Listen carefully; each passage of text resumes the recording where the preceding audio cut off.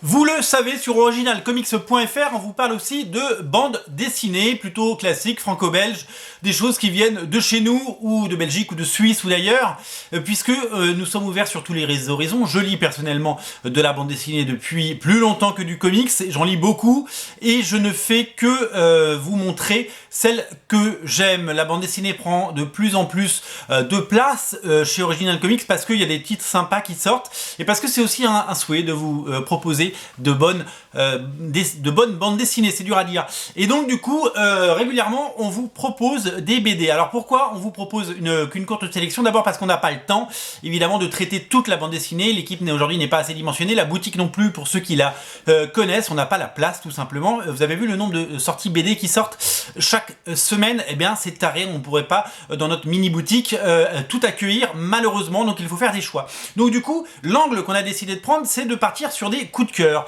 Je lis plein de BD, certaines me plaisent, et elles me plaisent tellement que j'ai envie de vous les faire découvrir. Je vous en parle, et après vous faites vos choix, libre arbitre, bien entendu. Du coup, ça permet d'avoir une sélection courte, mais de qualité de titres. Alors ce sont vraiment des coups de cœur, les BD dont je vous parle, parce que je suis pas là pour vous vendre des choses illisibles. Le but, c'est que si je vous conseille une BD qui va pas vous plaire, vous allez l'acheter, parce que vous m'aurez fait confiance, je vous aurai donné envie, et vous allez la lire, et ça va vous décevoir. Et donc du coup, ce sera perdant, puisque vous aurez certes dépensé 10, 15, 20 euros dans une BD, et elle vous plaira pas, et vous direz, il raconte n'importe quoi, vous aurez plus envie d'en acheter, ça va vous dégoûter de la BD ou d'un certains auteurs. Donc moi, je préfère faire aujourd'hui des BD sélectionnés, triés sur le volet, et vous proposer des BD de qualité. Et aujourd'hui, je vais vous parler d'une BD qui est un véritable coup de cœur. Ça s'appelle Oleg. Oleg, comme Charlie Oleg pour les fans de Tournée Manège. C'est signé Monsieur Frédéric Peters. C'est une bande dessinée éditée par l'éditeur Atrabille, qui a déjà publié plusieurs bandes dessinées de cet auteur suisse, un auteur suisse au talent absolument incroyable, un auteur que j'adore depuis très longtemps, que je suis depuis très longtemps, un auteur que j'adore, et un auteur que j'ai envie de vous faire découvrir si c'est pas déjà le cas, parce que tout le monde ne connaît pas cet auteur, bien qu'il soit de plus en plus connu, et qu'il soit de plus en plus reconnu. Il n'a pas besoin de moi pour être reconnu, c'est un gros vendeur de BD, et c'est un artiste absolument génial. Regardez la finesse du trait, regardez les noirs et blancs, c'est de la bande dessinée indé comme on pourrait dire, mais c'est aussi grand public. Alors Frédéric Peters, moi je le connais depuis longtemps, je l'ai découvert, c'est un ami qui m'a fait découvrir Lupus il y a de nombreuses années, une quinzaine d'années. Lupus, un récit de science-fiction absolument génial qui est disponible aujourd'hui en intégrale. Moi j'ai l'édition pas originale parce que ça doit être la 4e ou 5e édition, mais je l'avais acheté en 4 volumes à l'époque, et aujourd'hui c'est disponible en intégrale. Il faut absolument lire Lupus, ça va changer votre vie, vraiment c'est une BD qui va changer votre vie. Puis j'ai découvert les pilules bleues. Les pilules bleues, c'est poignant, c'est incroyable, c'est dingue. Les pilules bleues, c'est une des meilleures BD qu'il m'ait été donné de lire, une histoire d'amour absolument folle, une rencontre, une passion sur fond de maladie, sur fond de séropositivité, sur fond de sida, avec la belle rencontre de l'auteur, du personnage de son alias, avec la femme de sa vie, et qui qui est séropositive, et cette histoire d'amour, il va falloir la conjuguer, il va falloir s'adapter, il va falloir la vivre, parce que l'amour est plus fort que la maladie ou qu'une infection, et c'est incroyable, c'est incroyable. Et pourtant je suis, j'espère, concerné par les histoires d'amour, mais je ne suis pas forcément concerné par ces maladies-là. Et quelle leçon de vie, quelle leçon d'humanité, et quelle BD, quoi. Ouais, ça c'est génial. On parlera de toutes les BD dans une émission consacrée, mais en gros, il a aussi fait Ama, qui est disponible sur le site. Ama, c'est chez Gallimard, et c'est absolument génial. Il y a 4 tomes et une intégrale. Ama, c'est un peu l'extension de Lupus, si vous voulez. C'est tellement fou, tellement génial. Ou encore Pachyderme. J'ai très envie de relire Pachyderme. Pachyderme, qui est quelle claque, Pachyderme de Frédéric Peters. C'est une BD, au moment où vous la fermez, vous reprenez à la page 1 et vous recommencez, parce que c'est génial. Non mais Frédéric Peters, c'est un mec absolument fabuleux. Chaque BD de Frédéric Peters, je l'attends.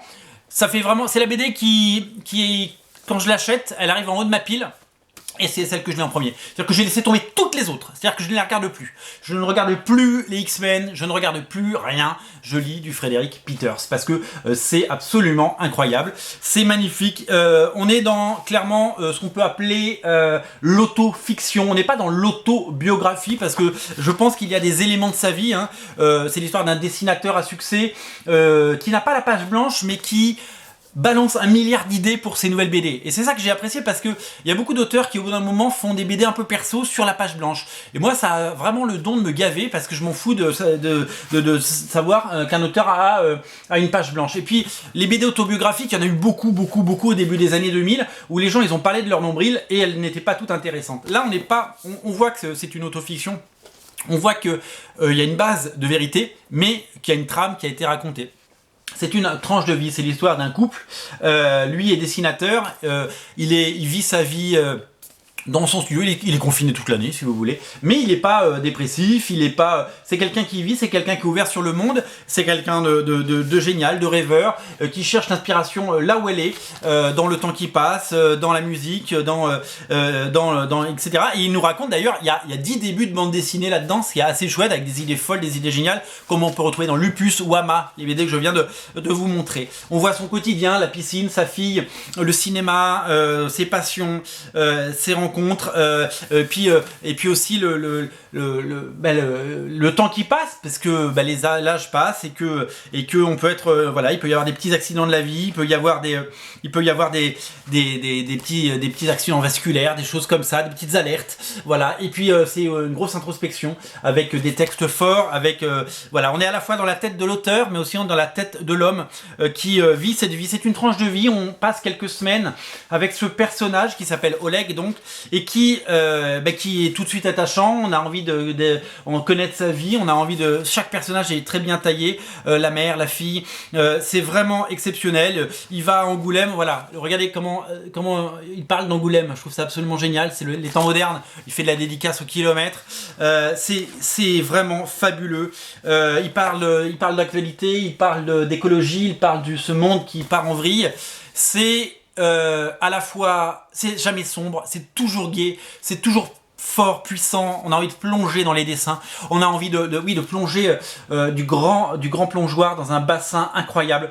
C'est absolument génial. J'ai absolument adoré chaque seconde de cette lecture. D'abord parce que je suis fasciné par le trait en encre de Chine absolument fabuleux de Frédéric Peters et j'ai adoré lire, je l'ai dévoré cette bande dessinée. Voilà, c'est tout ce que je peux vous dire, je l'ai dévoré. Voilà, j'ai vraiment adoré ceci. Je vous invite vraiment à le lire, je vous invite à découvrir l'œuvre de Frédéric Peters si c'est pas déjà fait. Ceux qui l'ont lu ne pourront dire que la même chose, c'est absolument génial, cet auteur est fou, cet auteur est incroyable. Il fait partie des très grands de la bande dessinée moderne. Voilà, lisez Oleg et vous ne serez pas déçus. Lisez Les Pilules Bleues, lisez Lupus. Putain, lisez Lupus. Honnêtement, arrêtez de faire ce que vous êtes en train de faire et lisez Lupus, quoi. C'est tout ce que j'ai envie de vous dire. Lisez Lupus, ça va vous retourner le cerveau. Lupus, c'est absolument génial. Voilà, j'aime ces auteurs et j'ai envie de les défendre et j'ai envie de les présenter, j'ai envie de les montrer. Coup de cœur absolu pour Oleg, c'est ma grosse BD coup de cœur de ce mois de janvier et j'essaierai de vous en faire découvrir d'autres, mais en tout cas dans le lien dans le descriptif de la vidéo on a mis une sélection de titres de Frédéric Peters qui ne vous laissera pas indifférent. Vraiment, vous allez adorer, c'est que du bonheur, vous allez vous régaler. J'en ai mis que quelques-uns pour le début, on va voir si ça prend, je rajouterai les autres après s'il le faut, mais là commencez par ceux que je vous propose ici, dans le lien ici, et vous m'en direz des nouvelles. Vraiment, lisez Oleg, lisez Lupus, lisez Frédéric Peters, vous allez adorer. Et vraiment, j'en reparlerai parce que ça vaut le coup d'en reparler plein de fois, vous êtes prévenus, va falloir découvrir Frédéric Peters, c'est essentiel, je pense.